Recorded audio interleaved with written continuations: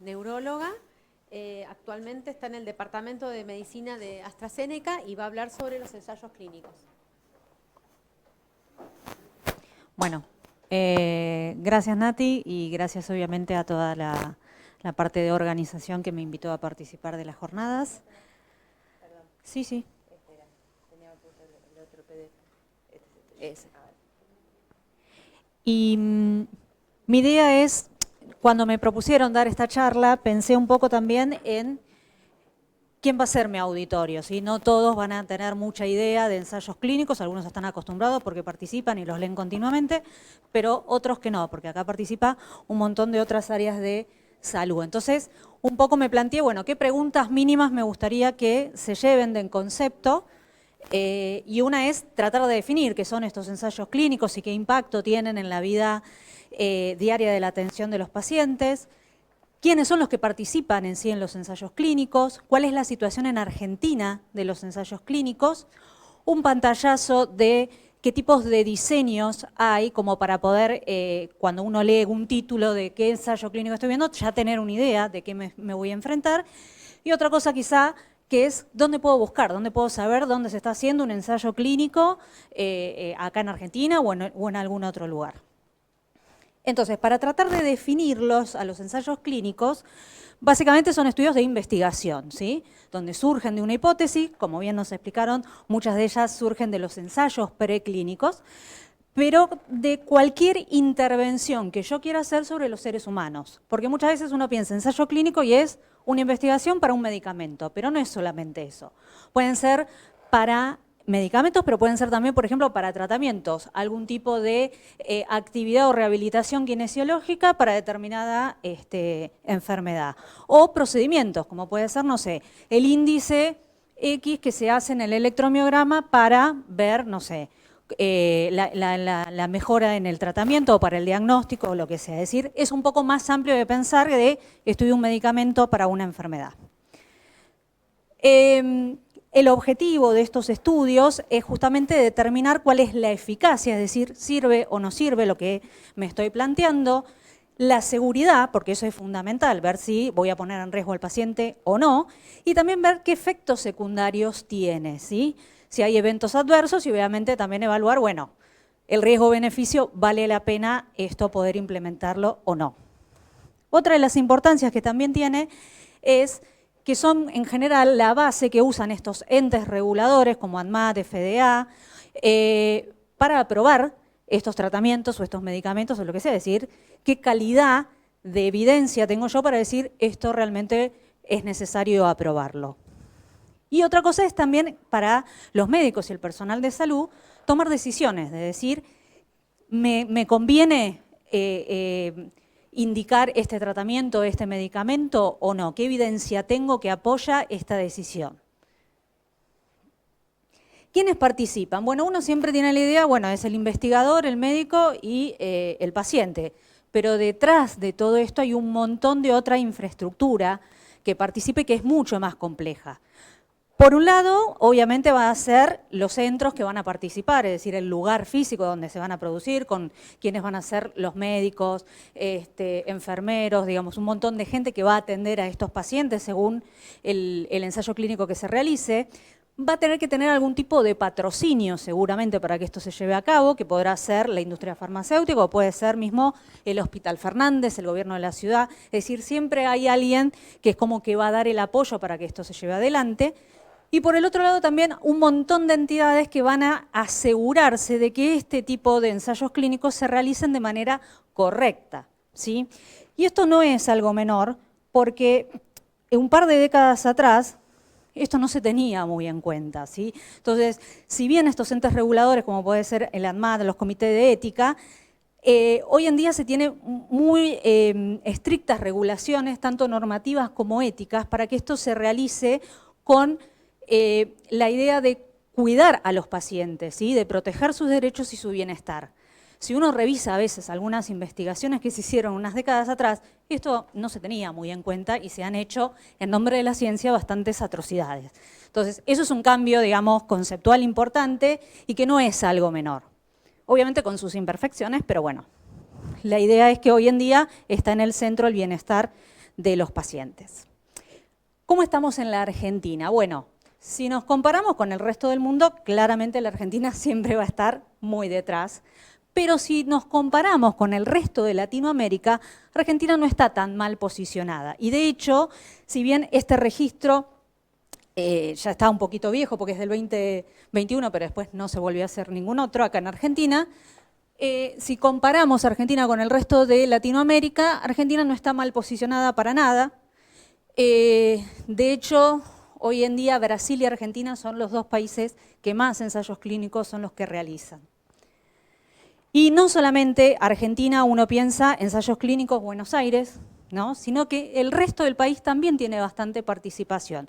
Obviamente por una cuestión de cantidad de centros, cantidad de posibilidad de los pacientes de llegar ahí, quizá obviamente Buenos Aires o provincias como Córdoba, Santa Fe pueden tener más centros de investigación, pero hay un montón de otros ensayos clínicos que se hacen en diferentes lugares del país. Bien, diseños de ensayos clínicos. Acá va a ser como un pantallazo manejando algunos conceptos bastante básicos, pero que son importantes refrescarlos o aprenderlos para poder entender cuando leemos un ensayo clínico de qué estamos hablando. Lo primero es esto, los ensayos clínicos se dividen según la fase en la cual estén. Antes de llegar a un ensayo clínico, justamente se llaman clínicos, ¿por qué? Porque, como lo habíamos definido, se hacen en seres humanos, ¿sí? Todo lo previo, que es esto preclínico, es donde no se hace en seres humanos, donde empieza uno a estudiar más que nada la hipótesis que uno se imaginó y trata de decir, bueno, esto es viable o no es viable. Esto de estudiar la fisiopatología para en base a eso plantearme, bueno, qué tipo de tratamiento o intervención yo podría hacer para tal enfermedad. Es decir, una vez superada esa etapa preclínica, se plantea pasar, de si eso me dio buenos resultados y me resultó seguro en la población que lo estudié, de animales o cultivos celulares o lo que sea, paso recién a estudiarlo en humanos. Cuando entro en humanos, lo primero que me voy a tener que plantear es decir, ¿es seguro o no es seguro para el humano? Porque quizá para el ratoncito lo fue, pero para el ser humano nada que ver. Entonces ahí hablamos de los de fase 1. En general ahí no hacemos participar a los pacientes con la enfermedad en sí, sino suelen ser sanos. Poblaciones quizá no muy grandes, pueden llegar hasta 50 pacientes o un poquito más. Y mi principal objetivo es esto, ver que sea seguro, qué dosis es la que necesito para que no se ponga en riesgo la vida de estas personas. Después, superada esta fase 1, pasamos a los de fase 2, donde acá amplío la población, suele ser de cientos de pacientes, suelen durar más, los de fase 1 no suelen durar más de 6 meses en general, los de fase 2 ya duran años, ¿sí? No, tampoco demasiados años, y sí están estudiados en la población que a mí me interesa estudiar, es decir, la población enferma para la cual yo ideé esta hipótesis. Superada esta fase, además de poder ver que es seguro, también veo qué eventos adversos voy a tener, entonces puedo pasar a una fase 3. De hecho, a veces se hacen fase 2, fase 3 casi juntas, ¿sí? En la fase 3, la principal diferencia que tiene con la 2 es el número de participantes que va a haber. Con eso yo en una población mayor voy a poder observar quizá más eventos adversos que quizá en las poblaciones más chiquitas no se hacían evidentes. Y siempre, obviamente, viendo la seguridad. Ahora bien, una vez que llevamos estas fases, recién terminada la fase 3, yo puedo, y si todos los resultados me dieron bien, puedo proponerlo a estos entes reguladores como la ADMAT, FDA, para decir esto lo podemos aprobar o no, y ellos son los que deciden, ¿sí? Y el aprobar, ¿qué implica? Bueno, estas entidades lo que van a hacer es revisar que todo el trabajo que se haya hecho correcto, que las conclusiones que se hayan sacado de eso, ellos estén de acuerdo de que están bien realizadas, ¿sí? Entonces, después de todos esos controles van a decidir su aprobación o no y también su aprobación para cuál indicación, ¿sí? Porque muchas veces quizá la idea original era para más de una indicación y después el ente regulador te dice, bueno, no, de toda la evidencia que tenemos solamente podemos garantizar para tal indicación. Pasado eso, pasamos a una cuarta fase, ¿sí? Que no es que se termina acá, sino es ver, bueno, ahora en la vida real, yo indico esto, se lo indico a los pacientes, ¿qué es lo que pasa? ¿Sí? ¿Puede haber más eventos adversos que quizás yo antes no los veía? Sí, puede pasar. Puede haber hasta nuevas indicaciones, que yo vea que esta medicación que estoy indicando tiene algún efecto más beneficioso para otra cosa. Entonces ahí tendré que decir, bueno, esto puede ser una punta para volver hacia atrás y hacer un nuevo estudio para ver si realmente esto que estoy viendo en este control es así. Además de este tipo de clasificación, es importante ver que los estudios, estos ensayos clínicos, se realicen comparados con algo, ¿sí? Porque si yo no los comparo con nada, difícilmente tenga la garantía de que es bueno o es mejor que algo. Entonces ahí hablamos que hay dos grupos de poblaciones, o también las llamadas ramas, que es la de grupo de tratamiento, que es la que voy a enfrentar a esta población a la intervención que yo quiera hacer, y después una que vamos a llamar control, que ese control puede ser o un tratamiento que ya está aprobado, entonces yo quiero saber si el tratamiento de este ensayo clínico es mejor o no, o directamente con un placebo, o con ambos también, ¿sí?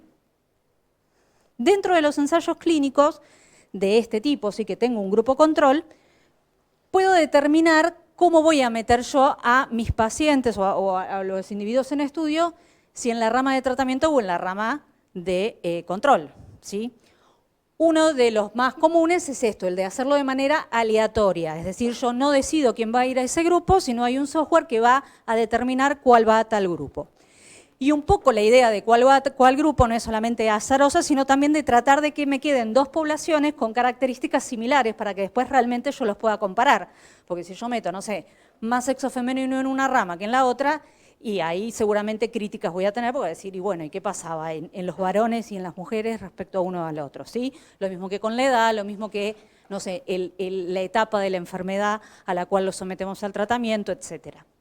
Entonces, esto tiene un peso importante en lo que es la calidad del ensayo clínico, ¿sí? Si uno lo hace con este tipo de sistema aleatorizado randomizado, tiene una mejor evidencia. Dentro de estos tipos aleatorizados también hay como subtipos de ensayos. Uno de ellos es las de realizar lo que se llaman diseños de grupos paralelos, ¿sí? Es decir, dentro de estos grupos de tratamientos voy a tener más de uno de estos tratamientos. Entonces acá pone, por ejemplo, el que es el tratamiento A, B y C, pero cómo van a llegar a esa rama de tratamiento también va a ser aleatorizado, ¿sí? Entonces yo puedo comparar más de un tipo de tratamiento simultáneamente. Después están los que se llaman diseños pero de grupo cruzado, donde acá la diferencia con el anterior es, si bien yo arranco, por ejemplo, con dos ramas, el que está tratado con tratamiento X y tratamiento Y, lo mantengo por un tiempito, después paro, hago un reposo de ese tratamiento y cuando lo retomo pero invertido. El que recibía tratamiento X recibe el Y y el que recibía el Y, el X. Entonces, eso también me puede ayudar a interpretar si es lo mismo tratar al paciente desde el inicio, por ejemplo, de la enfermedad, o si ya lo agarré adelante, o si hay una sinergia entre los dos tratamientos o no, ¿sí? Después están los que llamamos ensayos clínicos controlados, es decir, yo lo comparo con algo, pero esa comparación de dónde lo meto al grupo control o al grupo de tratamiento ya no es totalmente azaroso, sino hay una decisión adrede de eso. Este tipo de estudios, en comparación con los que veníamos hablando, tienen menos evidencia de calidad porque existe lo que se llama el sesgo, es decir, puedo hacer una mala interpretación de resultados. Entonces, estos, si bien muchas veces me pueden aportar cosas, pero si tengo un estudio que me estudia algo para una enfermedad y tengo uno aleatorizado, el que más evidencia científica va a tener es el que se realizó de manera aleatorizada. Por el otro lado tenemos, dependiendo de quién sabe que está en este grupo de tratamiento de grupo control, ¿sí? En general, la manera más práctica de poder evaluarlo, que es lo que se llaman ciegos, es decir, bueno, o lo sabe el médico de que mi paciente está en la rama control o está en la rama placebo. Siempre hay en realidad es un grupo, no es una persona, pero que va a analizar todos los resultados que se van obteniendo de este ensayo clínico, que en general sabe quién está en cada grupo, y el paciente. Entonces, cuando hablamos de doble ciego, quiere decir que el paciente y el médico, ninguno de ellos sabe quién está en la rama control o rama tratamiento. El único que sabe es el que va a analizar esos resultados. Cuando hablamos de un simple ciego, acá sí el investigador o el paciente sí saben, obviamente el que va a analizar los datos también, ¿sí? Entonces acá obviamente el factor de efecto placebo o sugestión puede llegar a jugarnos en contra. Después tenemos el que se llama también triple ciego, ¿sí? Donde acá ni siquiera sabe el que analiza los datos quién pertenece a cuál rama, ¿sí? Y después se suele hablar también de lo que llamamos las etapas de fase abierta, como bien habrán escuchado, que quiere decir que acá todos sabemos dónde estamos parados, ¿sí? Es muy común que los protocolos de investigación empiecen con un doble ciego, supónganse, pero que después de un periodo de tiempo pasan a una fase abierta, ¿sí? Y en general lo que se suele hacer, el paciente que estaba en la rama placebo se lo suele incorporar también a la rama de tratamiento, pero él sabe que va a recibir el tratamiento, ¿sí? Bien, a medida que fueron avanzando estos ensayos clínicos, empezaron a ver de que no siempre se podía llevar de fin a principio el ensayo clínico como lo habían pensado. Entonces dijeron, bueno, podemos hacer algún tipo de diseño adaptativo. Entonces acá la idea es hacer como evaluaciones intermedias para ver los datos que yo tengo. Obviamente que todo esto tiene una estructura estadística que dice si estos datos me van a servir o no me van a servir. Y en base a eso tomar decisiones de cómo seguir con ese protocolo. Porque yo ya puedo decir, mira, los resultados que ya me está dando ahora no son buenos, entonces cortamos todo acá, no los seguimos. U otros que no. No, mira, los datos que yo tengo no puedo terminar de sacar una conclusión, pero me estoy dando cuenta que quizá tendría que meter pacientes que tengan esta característica que antes no los estaba metiendo, ¿sí? Entonces se pueden ir haciendo esos cambios, por eso se llaman diseños adaptativos. Obviamente que hay que tener ciertas modificaciones, porque tampoco es que puedo modificar el ensayo clínico completamente, porque después analizarlo va a ser imposible. Como que hay ciertas cuestiones de su evaluación que se tienen que respetar. Y dentro de los últimos diseños más modernos son los que se llaman diseños de plataforma. Estos hay, acá cité como ejemplo a uno, que justamente es para ELA, que es el que se llama plataforma Halley. Y básicamente estas son plataformas como de protocolos que están diseñados, son protocolos maestros diseñados, pero que voy a ir metiendo diferentes ramas de estudio, ¿sí? Es decir, ellos lo llaman regímenes. Estas ramas de estudio van a ser drogas diferentes, ¿sí? Todas pensadas con un mismo protocolo maestro para una misma, en general para una misma enfermedad, ¿sí?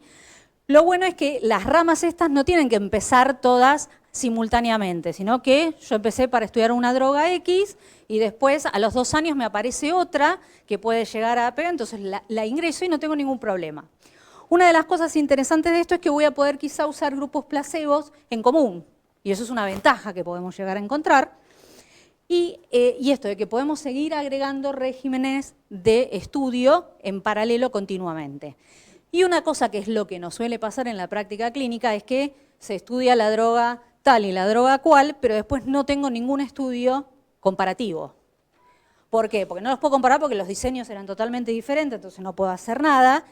Y hacer uno nuevo, y como la verdad en la industria farmacéutica dice, no, a mí me dio bien, yo no me voy a ocupar de hacer uno comparativo con otro y salir perdiendo. Entonces eso no estaría sucediendo. Este tipo de diseños me permitiría poder hacer estas comparaciones. Y después 2 palabritas nada más de dónde buscar ensayos clínicos, muy sencillito como para que lo tengan en cuenta los que no están habituados. En Argentina tenemos ya desde el 2011 una resolución del Ministerio de Salud que dice todos los ensayos clínicos se tienen que registrar y ser públicos, ¿sí? Entonces una manera de poder meternos es acá en esta página, que es la de CISA, todos nos podemos meter. Vamos a tener que buscar un cuadradito que es el RENIS, que es justamente este ente que regula y que registra todos los ensayos clínicos que hay, y de ahí yo lo puedo buscar por el nombre del ensayo clínico si lo conozco, por la patología, por el lugar, por el investigador. Entonces con eso yo tengo una idea y me va diciendo si está activo, no está activo, está reclutando, no está reclutando y quiénes participan. Eso para los que ocurren acá en Argentina. Pero si quiero ver qué ocurre en el resto del mundo, un lugar que puedo ir es este, que es el clinicaltrials.gov, donde es lo mismo, hay un buscador y uno busca por patología o por lugar o lo que sea y te va tirando todo lo que hay de ese ensayo clínico, dónde está sucediendo. Por ejemplo, acá cité uno que es justamente uno de los que está participando el Ramos Mejía, Gabriel y Natalia, que es este de amiloidosis, de amiotrofia, y estamos dentro de Sudamérica está Argentina participando. Bueno, los abayacé de conocimiento. Bueno, muchas gracias, Juli. ¿Alguien quiere hacer alguna pregunta? ¿Alguna duda? Yo quiero preguntarte, ¿por qué Argentina tiene tantos centros y por qué nos eligen? Bueno, Argentina tiene una cosa particular que primero tiene muchos profesionales que le interesa hacer investigación clínica, cosa que en otros países no ocurre. El médico le interesa solamente atender al paciente y meterse en un protocolo y ya es un lío hacerse cargo encima del paciente del protocolo. Argentina tiene esa tendencia de que le gusta hacer investigación, de que se la suele arreglar con poquito, no pretende tener el supercentro, sino sí, yo acá en el Hospital Fernández me puedo hacer el protocolo y juntamos las cosas. También una cosa que nos hace atractivo para las multinacionales es el tema de que nosotros ya tenemos todo el circuito regulatorio y de aprobación ya armado y que no es una traba. Y que encima ADMAT es visto desde el punto de vista mundial como un ente de seguridad, que realmente lo que hace lo va a hacer bien. Porque muchas veces en Latinoamérica les ocurre eso. Quizá el ente regulador que tienen no les da mucho de fiar. Imagínense que invertir tanta plata en un estudio y que después le digan, y la verdad yo no sé si esto hubo una coima para que salga o no, entonces no son bien vistos y prefieren ir a lugares donde ya saben que el circuito es bien armado y creíble y se puede hacer rápido, porque también si uno tarda 1 año y medio en aprobar algo, tampoco le sirve al sponsor de esto. Creo que básicamente esas serían las cosas. Bueno, muchas gracias, Juli. No, de nada.